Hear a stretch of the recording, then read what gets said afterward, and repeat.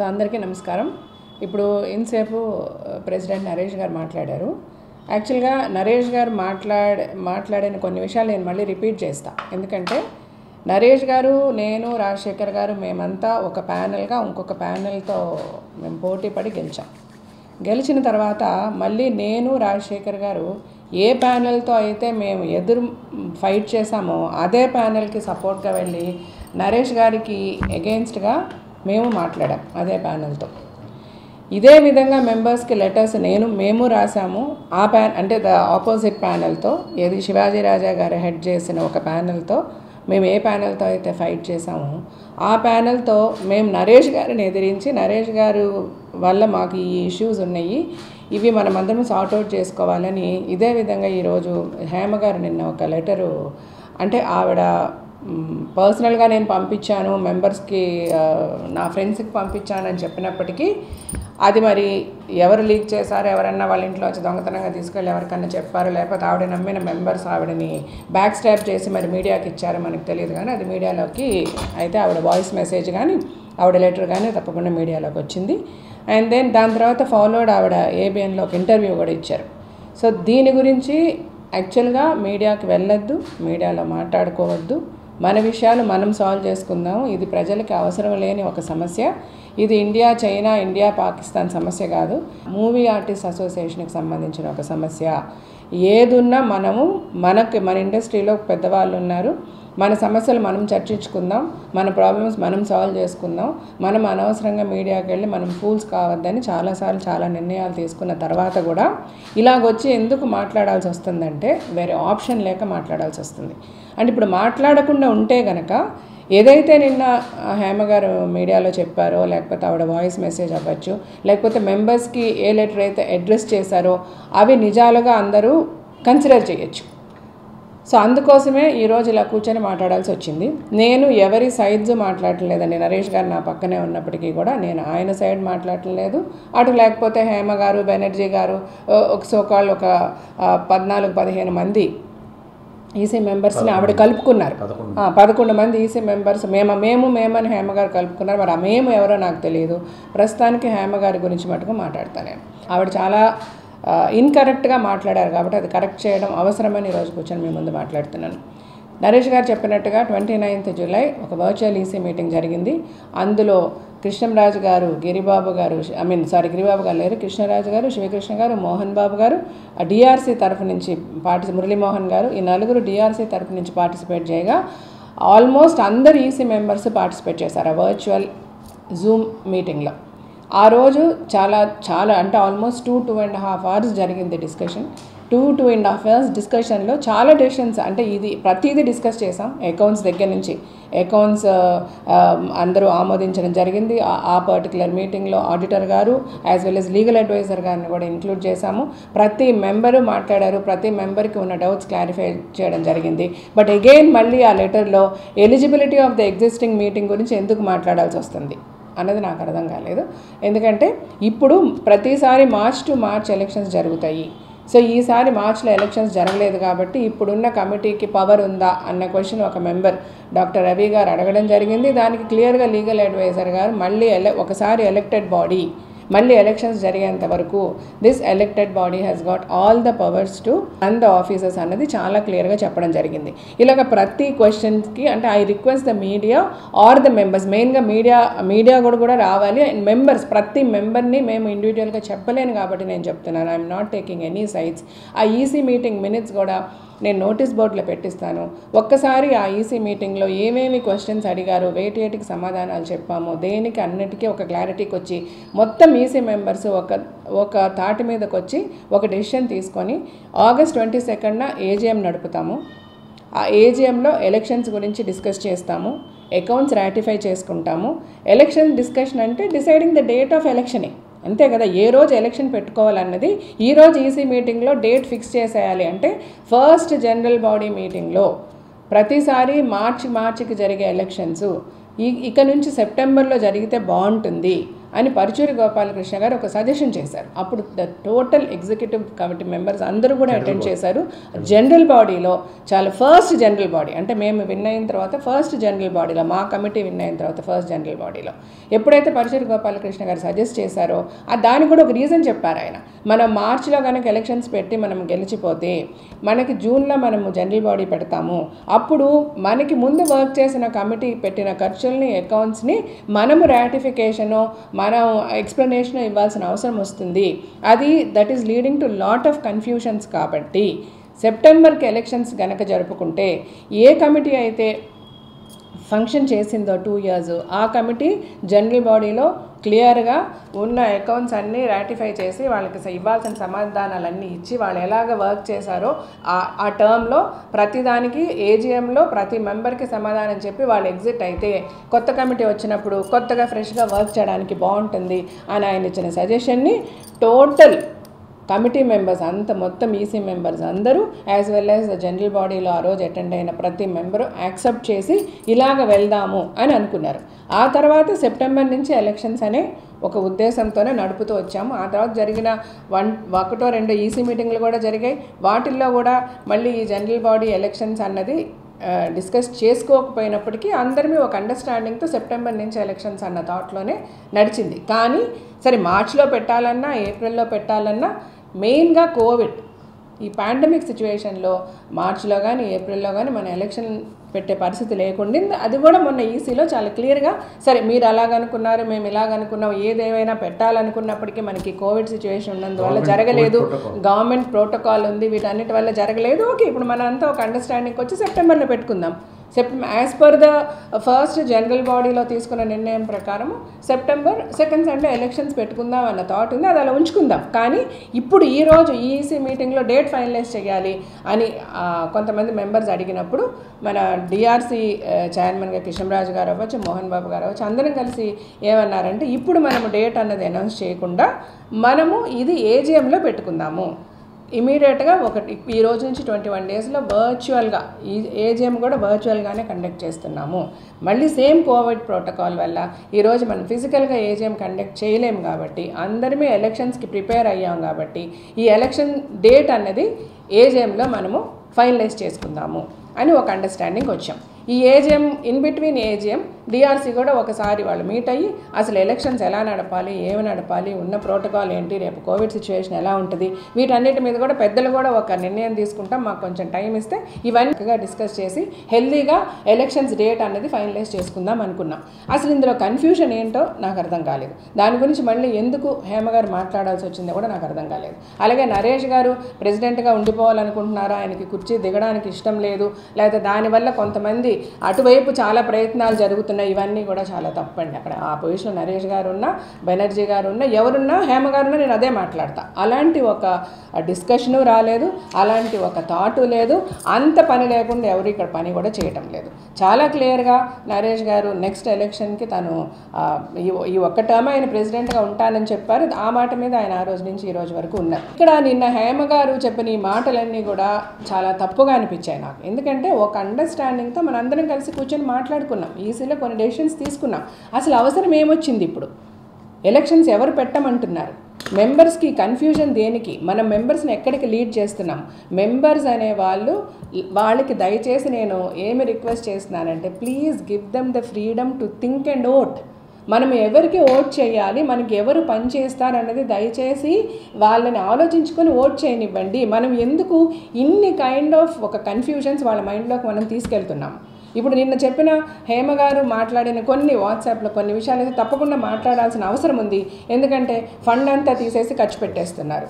Pensions ఆయన హ్యాపీగా కూర్చొని అంటే నరేష్ గారి పేరు చెప్పినా ఇక్కడ ఆఫీస్ కండక్ట్ చేస్తున్నది, రన్ చేస్తున్నది యాజ్ ఎ జనరల్ సెక్రటరీగా నేను ఆన్సరబుల్ కాబట్టి, అంటే ఇండైరెక్ట్గా నన్ను కూడా అన్నట్టే కాబట్టి నేను దీనికి సమాధానం చెప్పాల్సిన అవసరం ఉంది కాబట్టి చెప్తున్నాను. ఇప్పుడు 6,000 రూపీస్ నరేష్ గారు పెన్షన్స్ అనౌన్స్ చేశారు, ఆయన ఇచ్చేస్తున్నారు, ఆయన సమ్మం పోయిందని ఆవిడ అడిగారు. 6,000 rupees pensions out of the interest what ever the funds we have మేము ఇస్తున్నాం. రెండోది కార్పస్ ఫండ్ అంతా పోయింది, 5 కోట్లు ఉండేది, 5 కోట్లు కాదు, ఆవిడ ఫిగర్స్ అన్ని కూడా రాంగ్ చెప్తున్నారు. 5 కోట్ల పైన కొంచెం ఎక్కువే ఉండేది మనం మేము టర్మ్ స్టార్ట్ చేసినప్పుడు. సరే అది పక్కకు పెట్టినప్పటికీ కార్పస్ ఫండ్కిలో మనకి మెడిక్లైమ్కి ఇచ్చేశారు, లైఫ్ ఇన్సూరెన్స్కి ఇచ్చేశారు. ఆల్రెడీ అది 3 కోట్లు అయిపోయింది. ఇప్పుడు మళ్ళీ మెడిక్లైమ్ కట్టేస్తే కనుక అసలు ఏమీ ఉండదు, ఫ్యూచర్లో మనకి ఏమీ మిగలదు. అండ్ మళ్ళీ మెడిక్లైమ్ కడితే ఫ్యూచర్ అంటే కూడా ఎక్కువ లేదు, ఇంకొక సంవత్సరంలో మొత్తం జీరో అయిపోతుంది అని చెప్పారు. అది కరెక్ట్ కాదండి. ఇప్పుడు కార్పస్ ఫండ్లో నియర్లీ 4.7 crores, నేను అప్రాక్సిమేట్గా చెప్తున్నాను ఫిగర్స్, 4.63 to 4.7 crores ఇంకా మాకు ఫండ్ అలాగే ఉంది. ఈ ఫండ్లోంచి ఫస్ట్ మెడిక్లైమ్కి 78 lakhs అనుకోండి. నేను ఇవాళ ఆఫీస్ నాన్ ఫంక్షనింగ్ కాబట్టి కరెక్ట్ ఫిగర్స్ నా దగ్గర లేవు, ఏమన్నా 1 లక్ష అటు ఇటు అవ్వచ్చు. బట్ 78 lakhs ఫస్ట్ అంటే 2020 మెడిక్లైమ్కి కట్టాం. 931 lives అయ్యాయి, 314 మెంబర్స్కి మెడిక్లైమ్ కట్టాం. అదెంత 78 lakhs కట్టాం. ఆ 78 lakhs ఎస్ మనం ఫండ్లోంచి తీసి కట్టాం. అది కూడా 15% of the funds can be used అన్న ఒక నామ్స్ మీద ఆడిటర్స్తో ప్లస్ లీగల్ అడ్వైజర్తో అండ్ మొత్తం ఈసీ మెంబర్స్తో, ఆ రోజు ఎంతమంది అయితే ఈసీ మెంబర్స్ దానికి ఒప్పుకున్నారు వాళ్ళందరూ సంతకాలు పెట్టున్నారు. ఆ రోజు హేమ గారు కూడా ఉన్నారు అక్కడ. అప్పుడు కోవిడ్ సిచ్యువేషన్, ఎవరికి పనులు లేవు, అందరూ చాలా ఇబ్బందుల్లో ఉన్నారు. ఈ ఫిగర్ అరేవ్ అవ్వడానికి ముందు మెంబర్స్ అందరికీ ఇందాక నరేష్ గారు చెప్పినట్టుగా మెసేజ్లు పంపించాం. ప్రతిదీ రికార్డు ఉందండి, దయచేసి అందరూ అప్లై చేసుకోండి మెడిక్లైమ్కి. అప్పుడు బెనర్జీ గారు కానీ హేమ గారు కానీ వీళ్ళందరూ కూడా మెజారిటీ ఆఫ్ ద మెంబర్స్ ఈసారి మనం ఫ్రీగా ఇవ్వాలి మెంబర్స్కి మెడిక్లైమ్, మనం ఎందుకున్నాం ఈ పరిస్థితిలో, వాళ్ళు ఎట్లా నార్మల్గా మెడిక్లైమ్ మాలో 30,000 ప్రీమియం అంటే కనుక ఇప్పుడు 50% మా బ్యాడ్ చేస్తుందండి. అది ఈరోజు మేము వచ్చిన తర్వాత కాదు, ముందు నుంచి కూడా అదే జరుగుతుంది. గత 3-4 టర్మ్స్గా ఇదే పద్ధతిలో మెడిక్లైమ్ అనేది 50% ప్రీమియంలో మా బ్యాడ్ చేస్తుంది, 50% మెంబర్స్ కడుతున్నారు.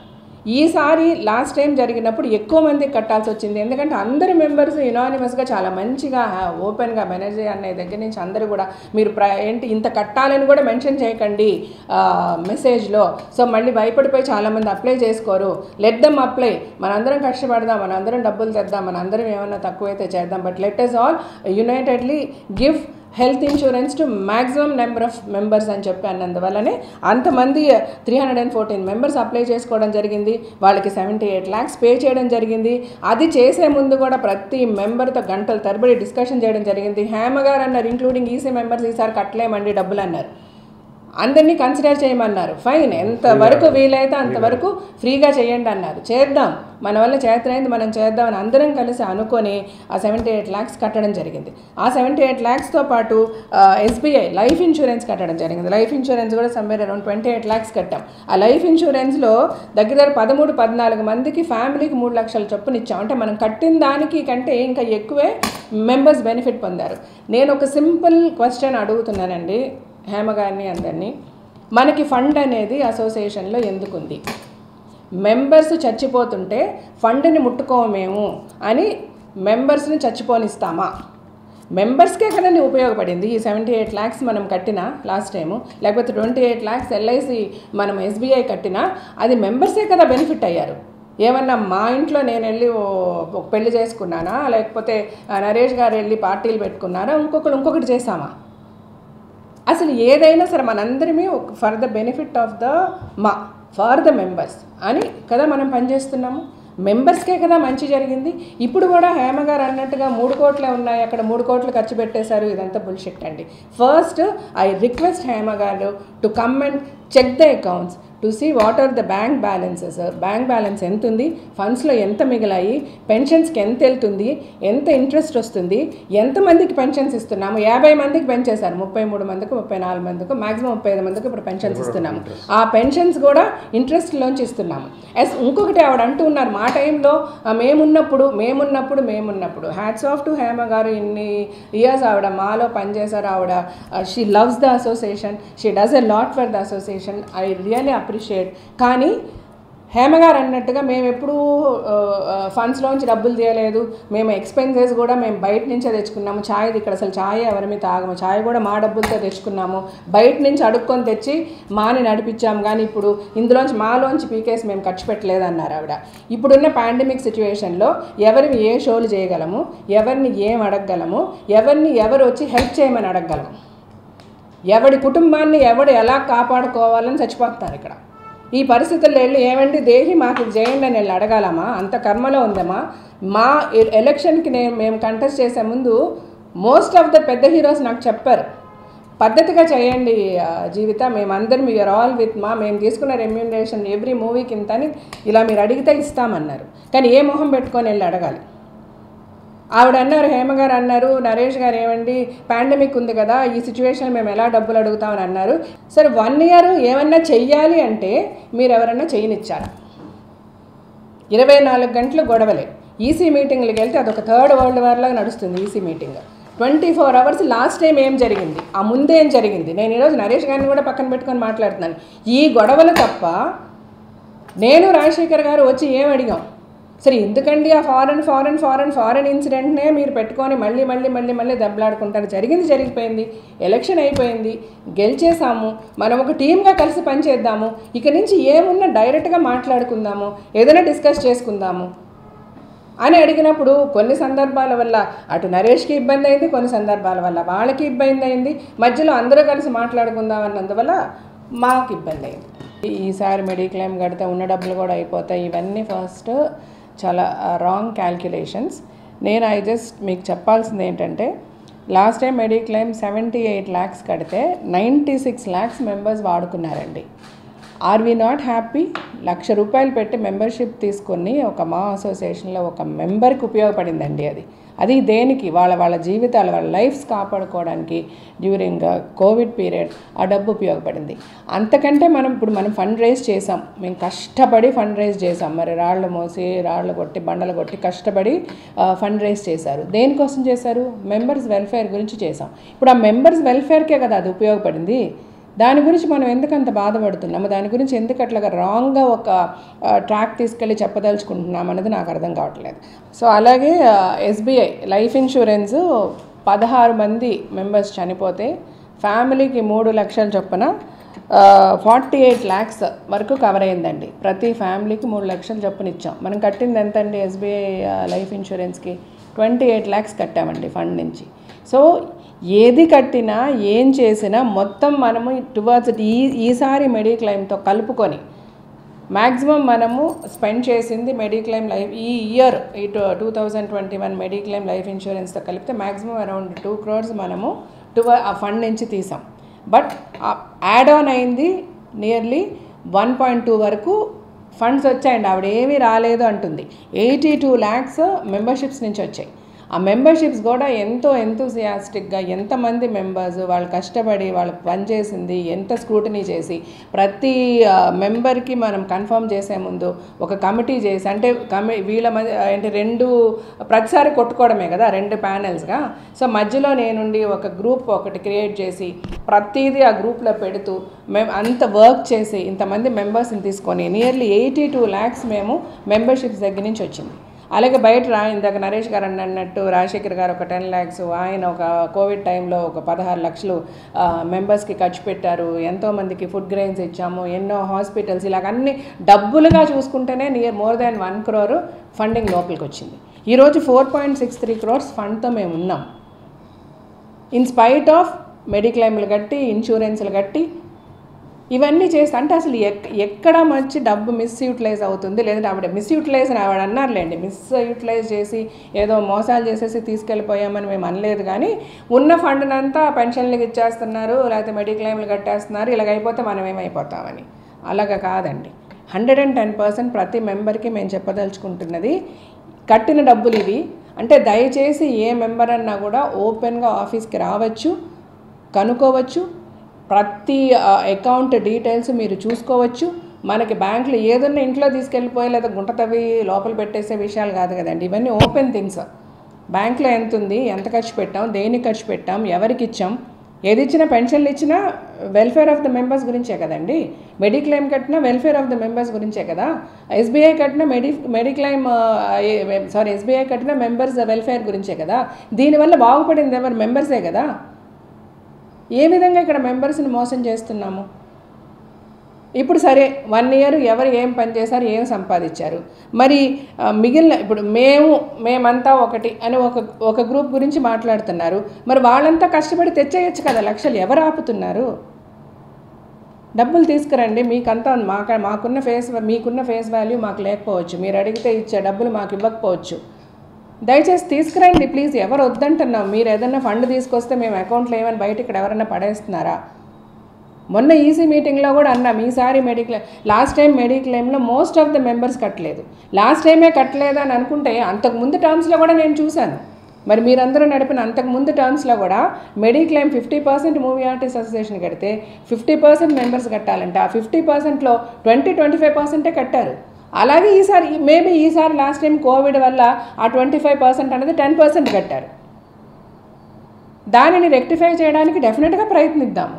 కొంచెం ఈ కోవిడ్ సిచ్యువేషన్ రిలాక్స్ అయ్యి ఏ విధంగానన్నా మనం బయటకు వెళ్ళి ఒక షో చేయాలన్నా, ఇంకొకటి చేయాలన్నా, ఒక హీరోని అడగాలన్నా మనం గొడవలు లేకుండా మనము ఒక మంచి హార్మనీతో ఒక మంచి సరౌండింగ్స్ క్రియేట్ చేస్తే హెల్ప్ చేయడానికి చాలామంది ఉన్నారు. బట్ ఇలా మన గురించి మనం వెళ్ళి బయట ఇలా చెప్పుకుంటూ ఉంటే ఎవరు వచ్చి మనకి హెల్ప్ చేస్తారు?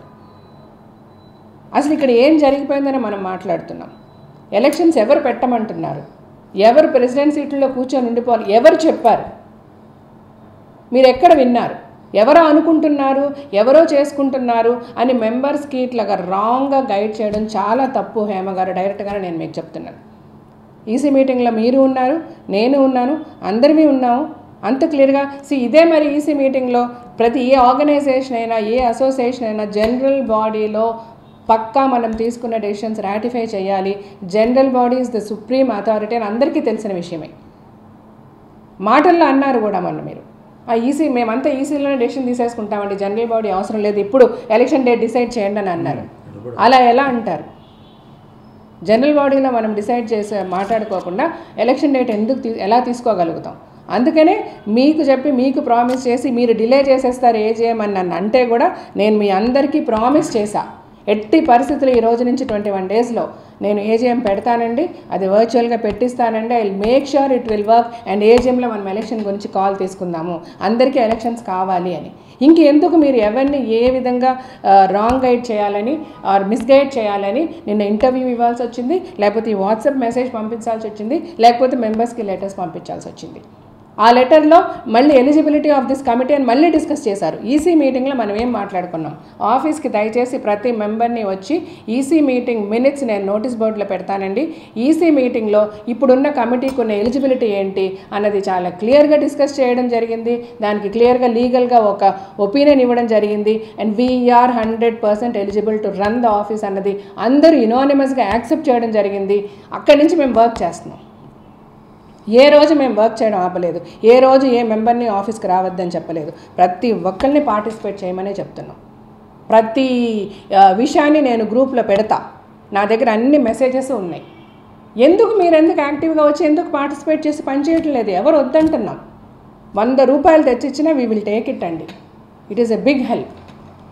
ఎవరం కాదని లేదు, ఎవరికి చేతనైంది వాళ్ళని చేస్తున్నాం. మీరే అన్నారు ఏంటి ఈ గ్రూపులు 2 కొట్టేసుకుంటున్నారని చెప్పేసి మధ్యలో చిరంజీవి గారు వచ్చి డిసిప్లినరీ ఏంటి రీకన్సిలేషన్ కమిటీ పెట్టామని మీరే కదా అన్నారు. మరి ఇప్పుడు ఈరోజు ఎందుకు ఆ డిసిప్లినరీ అండ్ రీకన్సిలేషన్ కమిటీని తప్పు చెప్తున్నారు? వాళ్ళెవరని ఎందుకు అడుగుతున్నారు? వాళ్ళెవరు డిసైడ్ చేస్తారని మీరు ఎందుకు అడుగుతున్నారు? ఇది మీరు అందరూ కలిసి మేమే చిరంజీవి గారు అని మాట్లాడి పెట్టారు, మా అందరి మధ్య ఒక హార్మనీ క్రియేట్ చేయడానికి అని మీరే ఈరోజు ఎందుకు ఆ డిఆర్సీ పనిచేయటం లేదు? మేము ఆ రోజు నుంచి ఆ మాట కట్టుబడే డిఆర్సీనే ప్రతిదీ అడుగుతున్నాం, ప్రతి విషయం వాళ్ళ కన్సర్న్ తీసుకుంటున్నాం. ఒక ఈసీ మీటింగ్ అవ్వచ్చు, ఒక ఏజీఎం అవ్వచ్చు, ఒక ఎలక్షన్ అవ్వచ్చు. ఎందుకంటే ఇండస్ట్రీలో పెద్దవాళ్ళు అని అంటే లెక్క పెట్టుకోవచ్చు. ఆ పెద్దవాళ్ళతో ఆధ్వర్యంలో వాళ్ళని అడిగి వాళ్ళు చేస్తామని మీరే చెప్పారు. మీరే చెప్పి అదే డిఆర్సీ డిసైడ్ చేశారు. అదే డిఆర్సీ 40 days నరేష్ గారు లీవ్లో వెళ్తే బెనర్జీ గారు ప్రెసిడెంట్గా ఉంటారు, టెంపరీ అన్నారు. మరి అదే డిఆర్సీ అవన్నీ మీరు యాక్సెప్ట్ చేశారు కదా. ఇప్పుడు ఎందుకు డిఆర్సీ కాదు అంటున్నారు? దీనికి ఎలాగ రిప్లై చెప్పరు? ఇది నేను అంతా దయచేసి మెంబర్స్కి చెప్తున్నానండి, ఎందుకంటే ఆ లెటర్లో ఉంది అవన్నీ. మీరు ఆ లెటర్ రేపు చదువుతారు కదా, దానికి ఒక క్లారిఫికేషన్ కావాలి కదా. సో ఇప్పుడు కూడా ఏమంటున్నాం? డిఆర్సీ కాదు, సుప్రీం అథారిటీ ఈజ్ ఏజీఎం.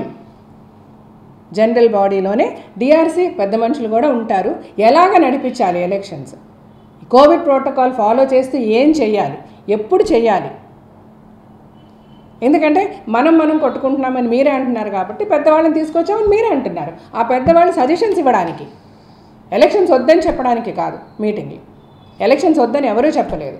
ఇలాగా మీరు అనుకొని మీరు ఊహించుకొని కాంక్రీట్గా ఏ సాక్ష్యమో ఏ ఆధారం లేకుండా నరేష్ గారు కూర్చుండిపోవాలి, ఆయనే ప్రెసిడెంట్గా ఉండిపోవాలి, అందుకని ఎలక్షన్స్ పోస్ట్పోన్ చేయాలని అనుకుంటున్నారు, మీరు ఎలక్షన్స్ కావాలని అడగండి అని మెంబర్స్ని బిఫోర్ ఏజిఎం ఇట్లా రాంగ్ గైడ్ చేయడం కరెక్ట్ కాదు. నాట్ ఓన్లీ మెంబర్స్, మన field is the most attractive field అండి ఇండస్ట్రీ. ఇక్కడ ఏం జరిగినా న్యూసే.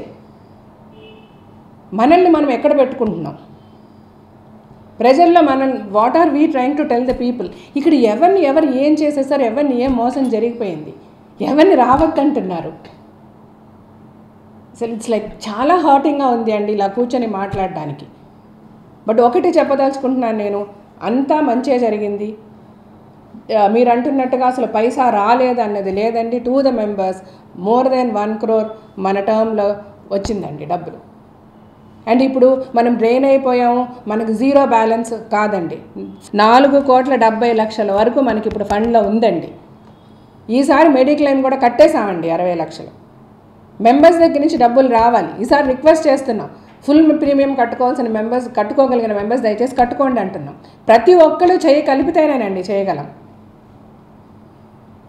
జస్ట్ ఒక ఈసీ కమిటీ ఇంతమంది మెంబర్స్ని ఎన్నుకున్నప్పుడు ప్రతి మెంబరు ఫైట్ చేయండి. సరే ఓకే, మీకు హార్మోనీ లేదు, నరేష్ గారితో మీరు కలిసి పనిచేయరు, లేకపోతే ఇంకొకరితో రాజశేఖర్ గారితో పనిచేయరు, నాతో పనిచేయరు, లేకపోతే నాకు ఇష్టం ఉంది కష్టం ఉంది, బట్ యాజ్ ఎన్ ఇండివిజువల్ మిమ్మల్ని ఓటేసి గెలిపించినప్పుడు మీరు మా మెంబర్స్కి you're always open to do things అండి. మీరేం చేశారు, వచ్చి చెయ్యండి. ఎవరు వద్దంటున్నారు? ఎందుకు మెంబర్స్ని రాంగ్గా గైడ్ చేస్తున్నారు?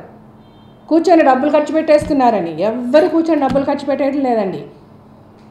పెట్టిన ప్రతి పైసా కూడా అరే మేము బిల్డింగ్ కట్టుకోవడానికి ఇదేంటండి ఇట్లా వాడేశారంటే, బిల్డింగ్ ఇంపార్టెంటా, మనిషి చచ్చిపోతుంటే లైఫ్ ఇంపార్టెంటా అండి? బిల్డింగ్ కట్టుకొని తీసుకెళ్ళి సవాలు పెట్టుకోలేం కదా.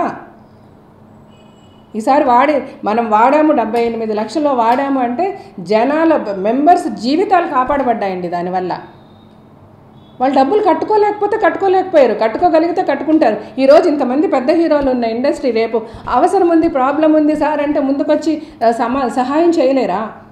చాలామంది సహాయం చేసే పరిస్థితుల్లో ఉన్నారండి. మనం ఒక ప్రాపర్ వే క్రియేట్ చేయాలి మాలో ఉండి. మనం ఎలక్ట్ అయిన మెంబర్స్ అందరినీ ప్రతిసారి కొట్టుకోవడం అయిపోతుంది. లాస్ట్ టైం అలాగే జరిగింది, అంతకు ముందుసారి అలాగే జరిగింది, మళ్ళీ ఈసారి కూడా నాకు షాక్. ఒక పక్కన ఒక ప్యానెల్, ఒక పక్కన ఒక ప్యానెల్. దీనికి ఒకటి ఇనానిమస్గా డిసైడ్ చేసుకోవాలి. మనందరిమీ ఒకటే, పొద్దున్న లేస్తే ఒకరి మొహాలు ఒకరు చూసుకోవాలి. సరే పోనీ ఇనానిమస్గా వద్దు, మనం ఎలక్షనే పెట్టుకుందాం. ఓకే, ఎలక్షన్ పెట్టుకుందాము. ఈ పోస్టులు ఉన్నాయి, ఎవరు సేవ చేయగలమని అనుకుంటున్నారో కంటెస్ట్ చేయండి.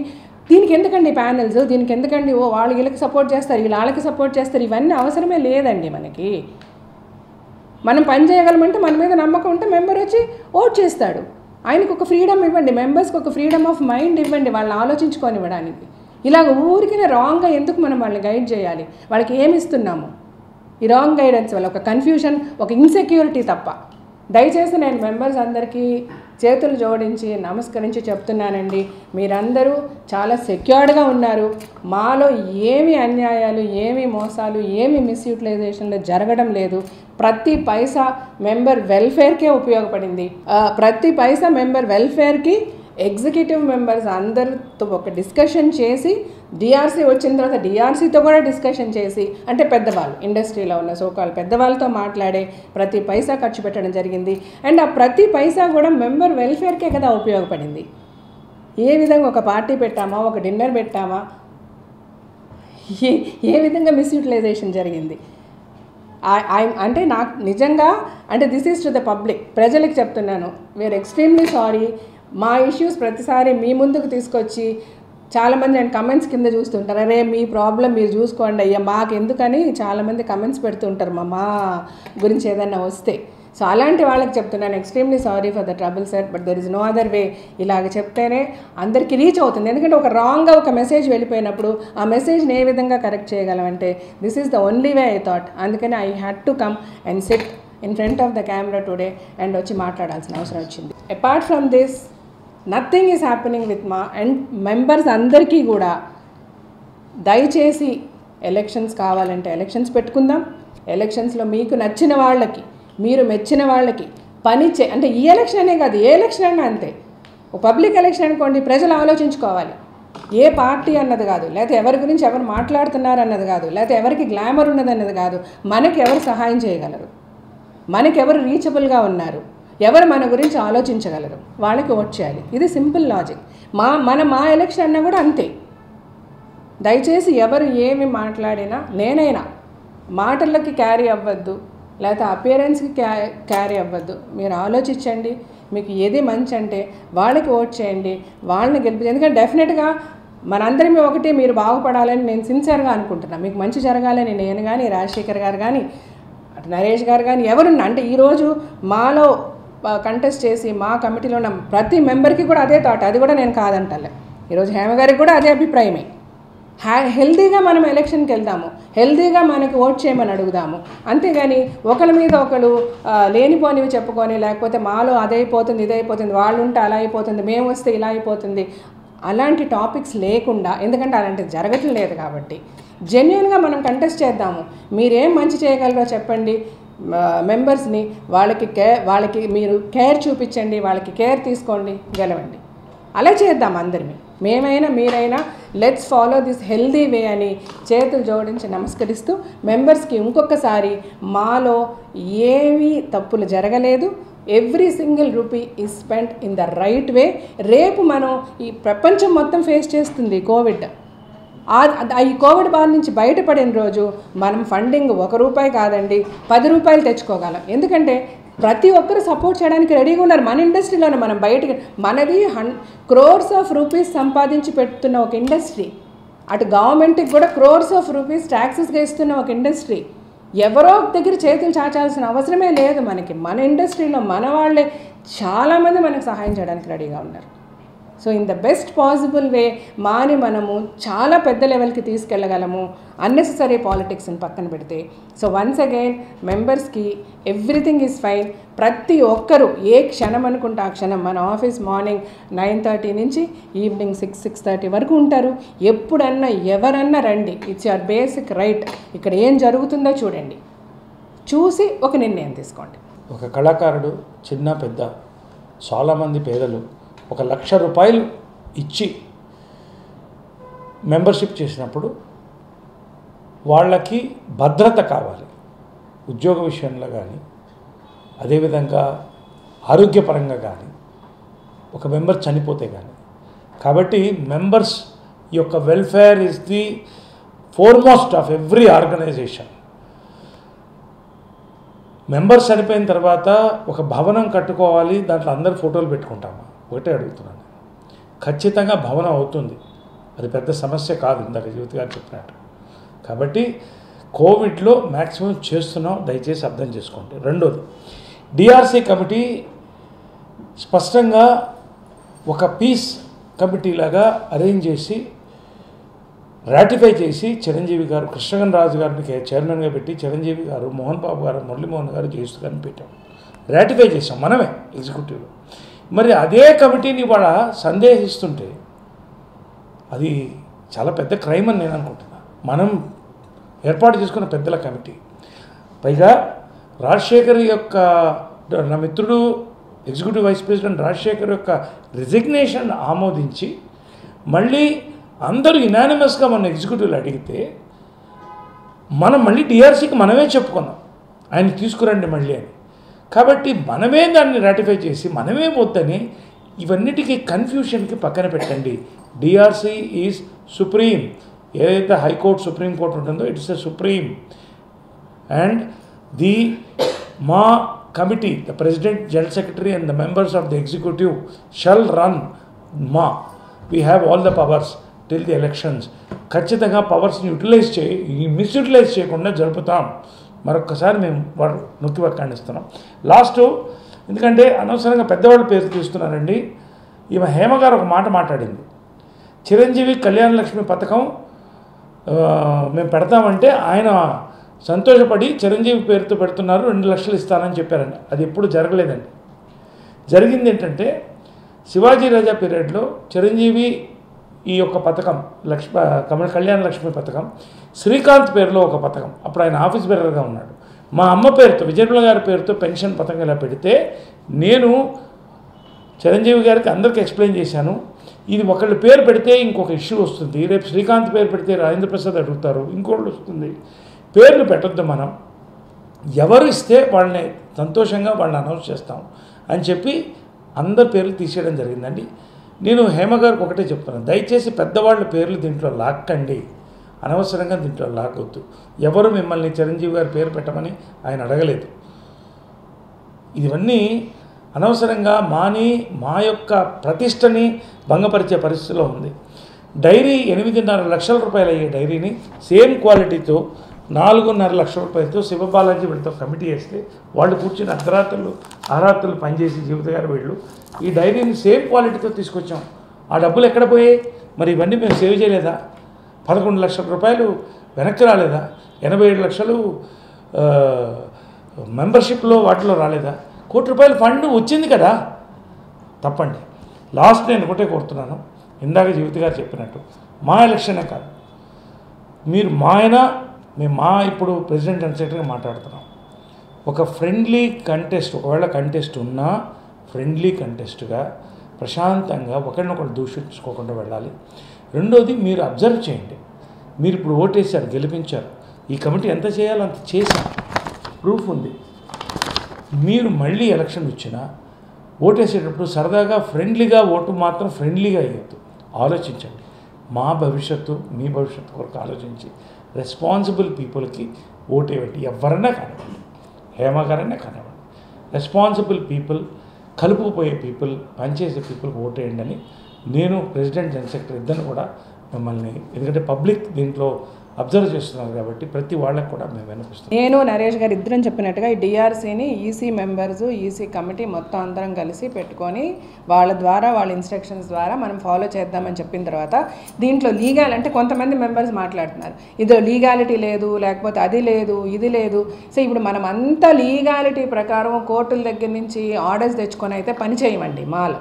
ఇది ఈ ఇండస్ట్రీ, ఫిల్మ్ ఇండస్ట్రీ మొత్తం కలిపి, అటు ప్రొడ్యూసర్స్, డైరెక్టర్స్, రైటర్స్, ఎవరన్నా సరే ఈ 24 ఫెడరేషన్స్ అందరం కలిపి ప్రతిసారి ప్రతి చిన్న విషయానికి కోర్టుకు వెళ్ళి లీగాలిటీస్ ఉన్నాయని ఎవరం పనిచేయం కదా. ఇది ఏదైనా మంచి చెడు మనకి ఏది మంచి జరుగుద్ది, మరి ఎవరికంటే పని లేకుండా వచ్చి కూర్చున్నారు ఈ పెద్దవాళ్ళందరూ ఇక్కడ మనతో కూర్చొని మాట్లాడడానికి. ఏదైనా మన మెంబర్స్కి మంచి జరగడం గురించి అని వాళ్ళు వచ్చారు, మనము అదే మర్యాదను మెయింటైన్ చేస్తూ మనం రన్ చేస్తున్నాము. ఇందులో లీగాలిటీ ఇష్యూస్ అని కొంతమంది మాట్లాడడం కూడా కరెక్ట్ కాదు. ఇలాంటివన్నీ కూడా రాంగ్ ఐడియాస్ని మీరు మెంబర్స్లోకి తీసుకెళ్ళి వాళ్ళల్లో ఒక భయాన్ని, ఒక ఇన్సెక్యూర్, పాపము ఈ మెంబర్స్ అంతా ఎవరండి, బాగున్న వాళ్ళకి ఇట్స్ నథింగ్. ఇప్పుడు కష్టాల్లో ఉన్నవాళ్ళు, లేకపోతే పూరర్ సెక్షన్, మిడిల్ క్లాస్, ఇలాగా ఉన్న మా మెంబర్స్ అందరికీ కూడా వీళ్ళకి భయం వచ్చేస్తుంది the way we project. So దయచేసి అలాంటి మెంబర్స్కి నేను చెప్తున్నాను, ద హోల్ ఇండస్ట్రీ, అంటే నాట్ ఓన్లీ మన movie artist association, the whole industry is with us. మనకి సహాయం చేయడానికి అటు డైరెక్టర్స్ అవ్వచ్చు, అటు ప్రొడ్యూసర్స్ అవ్వచ్చు, మేము వెళ్ళాము. ఇందాక నరేష్ గారు చెప్పినట్టు మనకి ఆపర్చునిటీస్ కావాలి, మన మెంబర్స్కి ఆపర్చునిటీస్ కావాలి, ప్రతి సినిమాలో ఆపర్చునిటీస్ వచ్చేలాగా ఎలా చెయ్యాలి, చాలా మాట్లాడాం. ఒకటి నేనేంటి హ్యాపీగా ఏం చెప్పదలుచుకుంటున్నానంటే అందరూ సహాయం చేయడానికి సిద్ధంగా ఉన్నారు, మనం దాన్ని రైట్ వేలో తీసుకెళ్ళగలిగితే. సో దయచేసి మనందరినీ ఒక హ్యాపీగా, హెల్తీగా, యునైటెడ్గా ఒక మంచి ఒక పాత్, ఒక వే క్రియేట్ చేసి, ఒక దారి క్రియేట్ చేస్తే అందరూ మెంబర్స్ చాలా బెనిఫిట్ అవుతాము. మూవీ ఆర్టిస్ట్ అసోసియేషన్ నెక్స్ట్ లెవెల్కి మనం తీసుకెళ్ళగలము. ఇవన్నీ కూడా చాలా టెంపరీగా, ఎమోషనల్గా, ఇప్పుడు హేమ గారు మాట్లాడినా ఎవరు మాట్లాడినా ఇవన్నీ కూడా జస్ట్ బేస్లెస్. దేనికి బేస్ లేదు, దేనికి ప్రూఫ్ లేదు. మీకు ఎలాంటి నిజం తెలుసుకోవాలన్నా దయచేసి ఆఫీస్కి రండి, కాల్ చేయండి, నేను వచ్చి ఎక్స్ప్లెయిన్ చేస్తాను మీకు. ఆ రోజు తప్పని మీకు అనిపిస్తే చెప్పుతో కొట్టండి, అంత స్ట్రాంగ్గా నేను చెప్పగలను, ఎందుకంటే అంత కరెక్ట్గా పనిచేస్తున్నాం కాబట్టి. Thank you so much. అందరికీ నమస్కారం. 29 జూలైన అందరి ఆమోదంతో డిఆర్సి యొక్క సహాయంతో movie artist association executive meeting virtual మోడ్లో జరిగింది. వర్చువల్ మోడ్లో జరగడానికి కారణం ఏంటంటే డిఆర్సీలో చాలామంది సీనియర్ సిటిజన్స్ ఉన్నారు. డిఆర్సీ పెట్టడానికి కారణం ఏమిటి? ఒక ఫ్యాక్షన్ ఏర్పడింది కాబట్టి అందరూ కలిసి పనిచేయడానికి, మాని ముందుకు తీసుకెళ్ళడానికి డిఆర్సీ అనేటువంటి హై పవర్ కమిటీని ఎగ్జిక్యూటివ్ ఆమోదం తెలిపి డిఆర్సీ కమిటీని రాటిఫై చేసి పవర్స్ ఇచ్చిన తర్వాత, డిఆర్సీ కమిటీ అంటే డిసిప్లినరీ అండ్ రికన్సిలియేషన్ కమిటీ, ఈ యొక్క కమిటీ యొక్క సహకారంతో మా ప్రశాంతంగా చక్కగా జరగాలన్న ఉద్దేశంతో మెగాస్టార్ చిరంజీవి గారు కృష్ణరాజు గారిని చైర్మన్గా అడిగి రిక్వెస్ట్ చేసి తీసుకుని మేమందరం మురళీమోహన్ గారు, శ్రీ మోహన్ బాబు గారు, జయసుధ గారు ఇటువంటి సీనియర్స్ని కూడా దీంట్లో తీసుకొని ఒక కమిటీని ఫామ్ చేయడం జరిగింది. ఇటీవలే ఇద్దరు కోఆప్షన్ మెంబర్స్ని కూడా చైర్మన్ గారు మరింత పని చురుగ్గా జరగడానికి కృష్ణరాజు గారు, పెద్దలు శ్రీ గిరిబాబు గారు, పెద్దలు శ్రీ శివకృష్ణ గారిని కూడా దీంట్లో ఇంక్లూడ్ చేయడం జరిగింది. ఈ యొక్క కమిటీ యొక్క పరిశీలనలో 29th ఆగస్ట్ వర్చువల్ మోడ్లో అందరి ఆమోదంతో ఒక ఎగ్జిక్యూటివ్ జరిగింది. ఇవన్నీ మీకు మేము ఇంతకుముందు చెప్పలేదు కాబట్టి ఇప్పుడు నేను జనరల్ సెక్రటరీ గారు మీకు చెప్తున్నాను. ఈ కమిటీలో ప్రధానంగా అందరు ఆఫీస్ బేరర్స్ పార్టిసిపేట్ చేశారు దాదాపుగా. అంతేకాకుండా కొంతమంది ఎగ్జిక్యూటివ్ కమిటీ మెంబర్స్ కూడా పార్టిసిపేట్ చేశారు. వీళ్ళందరూ ఉండగా సాయంకాలం కొన్ని నిర్ణయాలు తీసుకోవడం జరిగింది. అవి ఏమిటంటే, ఒకటి, అకౌంట్స్ ఎగ్జిక్యూటివ్ కమిటీ యునానిమస్గా ఆమోదించింది. 2, ఈ ఎన్నికలు ఎప్పుడు అనేటువంటి నిర్ణయం వచ్చినప్పుడు స్పష్టంగా సుప్రీంకోర్టు కానీ, హైకోర్ట్స్ కానీ, చెన్నై హైకోర్టు కానీ, కల్కటా హైకోర్ట్స్ కానీ, కొన్ని హైకోర్ట్స్ ఎలక్షన్ నిర్వహిస్తే మర్డర్ ఛార్జెస్ మేము ఎలక్షన్ నిర్వహించిన వాళ్ళ మీద పెడతామనేటువంటి ఒక వార్నింగ్ ఇవ్వడంతో అన్ని ఎలక్షన్స్ కోవిడ్ టైంలో జరగడానికి లేదు, 50 మంది కంటే అసెంబ్లీ ఎక్కడ జరగడానికి లేదు అన్నటువంటి పరిస్థితిలో, 3వ కోవిడ్ వేవ్ వచ్చేటువంటి పరిస్థితిలో ఎన్నికలకి పర్మిషన్స్ లేని పరిస్థితిలో ఎన్నికలు ఇప్పుడే కావాలని కొంతమంది అడిగినప్పుడు మేము దానికి సిద్ధంగా ఉన్నాం. ఎన్నికలు ఏ రోజుకైనా సిద్ధంగా ఉన్నాం. కానీ డిఆర్సీ ముందు పెడుతున్నాము. ఎన్నికలు మేము అందరం కలిసి జనరల్ బాడీ జరగనున్న జనరల్ బాడీ ఏ డేట్ అది? ఆగస్ట్ 22 జరగనున్న జనరల్ బాడీలో దాని మీద చర్చించుకొని కోవిడ్ యొక్క పరిస్థితి పట్టి ఎన్నికల నిర్ణయం తీసుకుంటాం అని అందరి ఆమోదంతో ఆ రోజు ఎగ్జిక్యూటివ్ పూర్తి అవ్వడం జరిగింది. ఇది ఇంత డిస్టర్బ్డ్ టైంలో, ఒక కోవిడ్ టైంలో, ఒక డిస్టర్బెన్సెస్ కొన్ని ఉన్న టైంలో కూడా అందరినీ కలిపి డిఆర్సీ ఒక అద్భుతమైనటువంటి కార్యక్రమాన్ని తీసుకొని మా ఎగ్జిక్యూటివ్ కానీ ఈ యొక్క కార్యక్రమాన్ని నిర్వహించడం జరిగింది. జనరల్ బాడీని కూడా వర్చువల్గానే పెట్టవలసిన పరిస్థితి, ఎందుకంటే మెంబర్స్ లైఫ్ రిస్క్ చేయడానికి లేదు. ఒకటి, చట్టబద్ధంగా 50 మంది కంటే అసెంబ్లీ లేని యొక్క పరిస్థితిలో 900 మంది ఉన్నటువంటి ఈ మా జనరల్ బాడీ కూడా వర్చువల్నే జరగాలని నిర్ణయించాం. కోర్టులు కూడా, హైకోర్టులు ఇవన్నీ కూడా వర్చువల్గానే జరుగుతున్నాయి. ఆన్లైన్ క్లాసెస్ పిల్లలు కూడా వర్చువల్గానే జరుగుతున్నాయి. ఇది కోవిడ్ ప్రోటోకాల్ని పాటించి జరుపుతున్నటువంటి యొక్క పరిస్థితి కాబట్టి ఇది మీకు తెలియజేయాలి.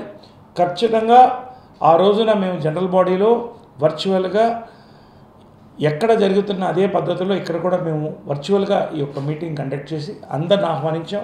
అందరికీ లెటర్స్ పంపించారు జనరల్ సెక్రటరీ గారు. ఈ యొక్క వర్చువల్ జనరల్ బాడీలో నిర్ణయం తీసుకుని ఎలక్షన్స్ని ఆ రోజే అప్పుడున్నటువంటి పరిస్థితి బట్టి చేద్దామని నిర్ణయించాం. ఇది మీకు బేసిక్గా చెప్పడానికి నేను వచ్చాను. రెండోది, నిన్న కొంత ఇండస్ట్రీ పెద్దలు, నేను, జీవిత గారు, ఇంకొంతమంది ఆఫీస్ బేరర్స్, ఎగ్జిక్యూటివ్ మెంబర్స్ అందరూ కూడా షాక్కు గురయ్యాం. హేమ గారి యొక్క మెసేజ్ వైరల్గా వెళ్ళడం, ఆ మెసేజ్లో మా ఫండ్స్ మొత్తం మేము తినేస్తున్నామనో వాడేస్తున్నామనో మా మొత్తం కూడా దివాళా తీస్తుందన్నటువంటి ఒక భయానకరమైనటువంటి మెసేజ్ని ఇస్తూ ఒక ఛానల్కి లైవ్ ఒక హాఫ్ అన్ అవర్ ప్రోగ్రామ్ ఇచ్చి దాంట్లో వివిధ అంశాలు మాట్లాడారు. మేము క్లియర్గా స్టాటిస్టిక్స్ జనరల్ సెక్రటరీ గారు చెప్తారు, మాలో ఫండ్స్ ఇవాళ దాదాపుగా 5 కోట్ల రూపాయలు ఉంది. 4,70,00,000 ఎంతో ఉంది, ఆమె చెప్తుంది క్లియర్గా. రెండోది, ఈ సంవత్సరం మాలో ఇంత కరోనాలో కూడా efficient functioning of the president, general secretary and the committee వల్ల కొంతమంది సహకరించినా సహకరించకపోయినా మా ముందుకు పోయాం కాబట్టి 84 లక్షల రూపాయలు మెంబర్షిప్స్ ద్వారా మాకు వచ్చింది. ఫండింగ్ జీవిత గారు 10 లక్షలు ఇచ్చారు. నేను పర్సనల్గా ఎవరెవరి బ్యాంక్ అకౌంట్ 14 లక్షల రూపాయలు నేను డిపాజిట్ చేయడం జరిగింది. 14 లక్షల రూపాయలు నేను డిపాజిట్ చేసి 10,000 రూపాయలు ఎవరు అడిగినా వెంటనే మా యొక్క భద్రత కోసం మేము పనిచేయడం జరుగుతుంది. అదేవిధంగా ఆ యొక్క 14 లక్షలు డిపాజిట్ చేసిన తర్వాత జనరల్ సెక్రటరీ గారు, మేము కానీ కొంతమంది ఆఫీస్ బేరర్స్, ఎంతోమంది కరోనా పేషెంట్స్ హాస్పిటల్స్లో ఉండగా బెడ్లు ఇప్పించి వాళ్ళకి ఎంతో మేము మా వంతు సేవ ఏది ఆలోచించకుండా చేయడం జరిగింది. అంతేకాకుండా ఇన్సూరెన్స్ విషయానికి వస్తున్నాను. ఇన్సూరెన్సు ఎప్పటి నుంచి జరుగుతుంది, కానీ లాస్ట్ టైము ఎక్కువ మందికి ఇవ్వడం జరిగింది. ఇది యాక్టింగ్ ప్రెసిడెంట్ బెనర్జీ అక్కడ కూర్చున్నప్పుడు నేను లేను. ఒక మెసేజ్లో వెళ్ళిన ఒక తప్పు కన్ఫ్యూజన్ వల్ల ఎక్కువ మంది కట్టక్కర్లేదని అప్లై చేయడం జరిగింది. అయినా మేము ఆలోచించకుండా మా కోసం, మా యొక్క భవిష్యత్తు కోసం, మెంబర్స్ యొక్క భద్రత కోసం ఆ యొక్క కమిట్మెంట్ని మేము తీసుకొని మేము ₹1,00,00,000 దాకా ఖర్చు పెట్టడం జరిగింది. ఇది less than 15% of the entire funding. ప్రతి సంవత్సరం కూడా గత 3 టర్మ్లో మేము విత్ స్టాటిస్టిక్స్ చెప్తాం. ఫండ్ నుంచి తీసుకుని ఇన్సూరెన్స్ కట్టి, ఇన్సూరెన్స్ మళ్ళీ ఫండ్ తీసుకొచ్చి పెట్టడం అనేది చాలా మామూలు సాధారణమైనటువంటి విషయం. లాస్ట్ టైం కూడా మేము కొంతవరకు చేయడం జరిగింది, కానీ కరోనాలో అన్నమో రామచంద్ర అనే పరిస్థితిలో కళాకారులు మా వాళ్ళు ఉన్నప్పుడు మేము ఫోర్స్ చేయలేకపోయినప్పటికీ ఈసారి మళ్ళీ 150 మంది మెంబర్స్కి మా ఫండ్ వీలైనంత వరకు ముట్టుకోకుండా కృష్ణరాజు గారు ఆయన మనసు చేసి నేను ఒక మంచి సంఖ్యను ఇస్తానని ఆయన, జీవిత గారు నేను డబ్బులు ఇస్తాను ఆమె, నేను పర్సనల్గా 2-3 లక్షలు, నా ఫ్రెండ్స్ జాకీ ష్రాఫ్ గారు, రావు రమేష్ గారు, ఇటువంటి వాళ్ళు మేము సహకరిస్తామని అందరూ ₹1,00,000, 50,000 ఇండస్ట్రియలిస్ట్ వాళ్ళందరూ కూడా వచ్చి ఇచ్చినప్పుడు దానికి ఒక ఫండ్ని మేము తయారు చేసి మా ఫండ్ని వీలైనంత వరకు ముట్టుకోకుండా మా యొక్క శ్రమ, మాకున్నటువంటి మంచి ఇమేజ్తో మాకు వచ్చినటువంటి రెస్పాన్సు, కమిటీ పనిచేసినటువంటి తీరు, దీని యొక్క బలంతో మేము ఫండ్స్ తెచ్చుకుంటున్నాం. ఇది చిరంజీవి గారు, మెగాస్టార్ చిరంజీవి గారు పంపించినటువంటి అప్రిసియేషన్ లెటర్ నాకు, మిమ్మల్ని అభినందిస్తున్నానని చెప్పడం జరిగింది. ఇది దీనికి ₹1,00,000 నేను CCCకి కూడా డొనేషన్ ఇవ్వడం జరిగింది పర్సనల్గా. కాబట్టి పెద్దలందరూ ఒక అప్రిసియేషన్తో ఒక మంచి వాతావరణాన్ని తీసుకురావడానికి అహర్నిశలు ఒక మహిళగా ఉండి, జనరల్ సెక్రటరీగా ఉండి ఆమె కుటుంబ బాధ్యతలు చేసుకుంటూ ఆమె పనిచేస్తుంది. నేను నా కుటుంబ బాధ్యతలు, నా యొక్క పరిశ్రమలో ఉన్నటువంటి కమిట్మెంట్స్ దాటి మేమందరం ఇక్కడ ఒక కమిటీ కూర్చొని పనిచేసి ఇన్సూరెన్స్ చేయడం జరిగింది. అదేవిధంగా లైఫ్ ఇన్సూరెన్స్ దాదాపు నాకు తెలిసి 13 మంది సభ్యులకి చనిపోతే వేణుమాధవ్ గారు, గీతాంజలి గారు, జయప్రకాష్ రెడ్డి, గుండు హనుమంతరావు, దేవదాస్ కనకల గారు, nursing Yadav, Rallapalli, TNR journalist, actor, వీళ్ళందరూ చనిపోయిన రోజున వితిన్ 24 అవర్స్, ఇది మా ఫండ్ నుంచి కాదు, కట్టిన ఇన్సూరెన్స్ నుంచి, ఇన్సూరెన్స్ కంపెనీ నుంచి ₹3,00,000 ప్రతి కుటుంబానికి, ఆ టైంలో కరోనా టైంలో ఒక్క తినడానికి డబ్బులు లేనటువంటి పరిస్థితి ఉన్న టైంలో వాళ్ళు ఇబ్బంది పడకూడదని ₹3,00,000 ఒక్కొక్క కుటుంబానికి మేము ఇవ్వడం జరిగింది. అంతేకాకుండా పెన్షన్లు ₹6,000 ఇస్తున్నాం. 50 మందికి కాదు, 33 మందికి ఎంత ఇస్తున్నాం. 6,000 రూపాయలు కూడా మాకు వచ్చినటువంటి ఫండ్ నుంచి కాదు, దాని నుంచి వచ్చినటువంటి ఇంట్రెస్ట్లో మేము ఇస్తున్నాం. ఇది మీకు అన్ని స్పష్టం చేయాలి. ఒక్కసారి ప్రెసిడెంట్ జనరల్ సెక్రటరీ ఇద్దరు కూర్చొని బాధ్యత మా మీద ఉంది కాబట్టి, మేము చెప్పాల్సిన బాధ్యత ఉంది కాబట్టి మేము ఇద్దరం కలిసి కూర్చొని చెప్తున్నాం. ఉద్యోగాల కోసం జీవిత నేను లాస్ట్ టైం 35 మందికి మేము ఇప్పించాం వేషాలు. ఆమె నడుము కట్టుకొని రైటర్స్ అసోసియేషన్కి మేమందరం వెళ్ళి ఇచ్చాం, కానీ కరోనా వచ్చింది కాబట్టి దాన్ని ముందుకు తీసుకెళ్ళకపోయి చేస్తాం. అదేవిధంగా మాకు ఒక యాంథమ్ ఇచ్చాం. అదేవిధంగా 2 వీలర్స్ 4 ఇచ్చాం. 2 వీలర్స్ కరోనా మన ఫండ్ నుంచి కాకుండా 3 లక్షల రూపాయలు వసూలు చేసి డొనేషన్ రూపంలో మా మీద ఉన్నటువంటి క్లీన్ ఇమేజ్ ఉన్న దీంట్లో చిరంజీవి గారు ముందు, కృష్ణరాజు గారు ముందు, చిరంజీవి గారు ముందు, మోహన్ బాబు గారు ముందు మేము బహిరంగంగా వచ్చిన డొనేషన్స్తోనే రిసీవ్ చేసాం తప్ప మా ఫండ్ నుంచి మేము ముట్టుకోలేదు.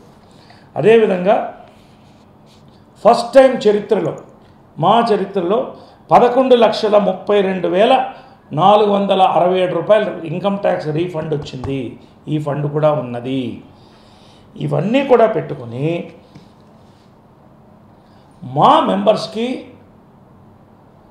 ఎక్కువ మంది యువతను ఆహ్వానించాలని 90,000 రూపీస్కి 10,000 రూపాయలు అందరూ నిర్ణయం తీసుకుని చేశాం.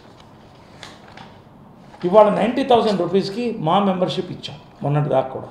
ఇదే కాకుండా వాయిదా పద్ధతుల్లో కూడా 25,000 రూపీస్ ఇస్తే గోల్డ్ కార్డ్ ఇచ్చి యువతని చాలామంది ఆహ్వానిస్తే దాదాపు నాకు తెలిసి 87 మంది ఈ కమిటీ ప్రెసిడెంట్ జనరల్ సెక్రటరీ ఆధ్వర్యంలో చేరారు.